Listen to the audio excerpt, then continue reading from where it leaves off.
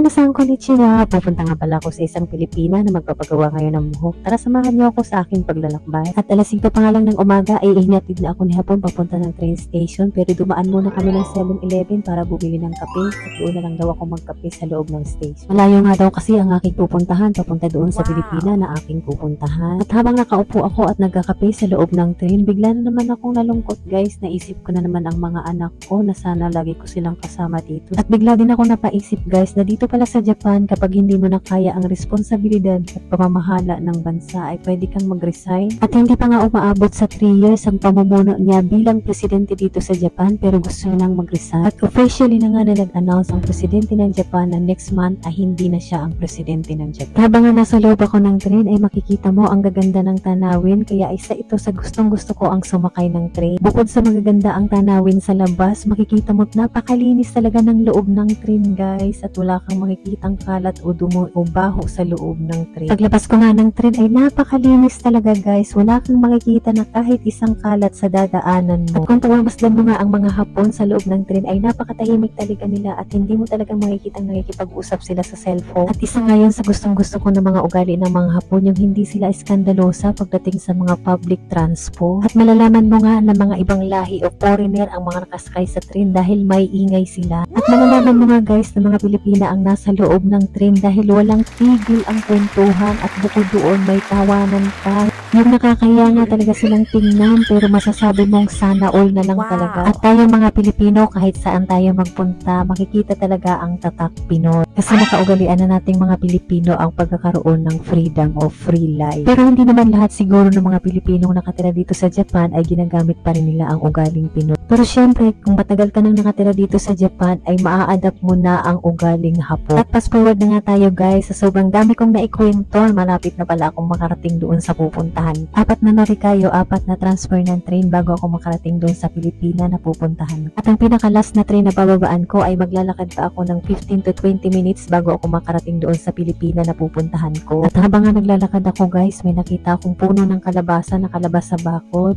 Ang ganda niyang pitasin pero bawal yan dito guys. Patuloy na ako naglalakad at ang dami kong mga nakikita sa daan. Hindi ko na malaya na malapit na pala ako sa bahay ng Pilipina. At pagdating ko nga doon sa bahay ng Pilipina ay sarado pa, pero pumasok na ako sa gate nila at naghintay na lang ako hanggang gumising siya. Alas 7 ako dumating sa bahay nila, pero 30 minutes lang ako naghintay kasi nakita ko gising na sila. Pero nag-start kami ng trabaho alas 8 na. Sinimulan ko na nga ang trabaho kasi hindi lang si Madam ang nagpagawa sa akin, pati yung mga staff o trabahador niya ay ginawan ko. Dito pala sa Pilipina na to o tinatawag namin Madam, ay bago pa lang ako dito sa Japan ay ako na talaga ang kinukuha niya bilang hairdresser niya. O dahil simula nung makilala niya ako ay ako na talaga yung kinukuha niya simula noon at hanggang ngayon, dahil hindi lang siya ang nagpapagawa, pati yung mga staff niya ay pinapagawa niya rin. Dito po sa Pilipina na to o tinatawag namin Madam ay napakabait po niya kasi hindi po siya madamot, lalo na sa mga staff niya at sa mga kababayan niyang kapwa Pilipino. Nagsimula nga ang trabaho ko dyan alas 8 ng umaga, natapos din ang alas 8 ng gabi. So yun lang muna ang ating story for today. Sana may natutunan ulit tayo at sana nasa mabuti kayong kalagayan at ingat kayo. Sayonara, bye!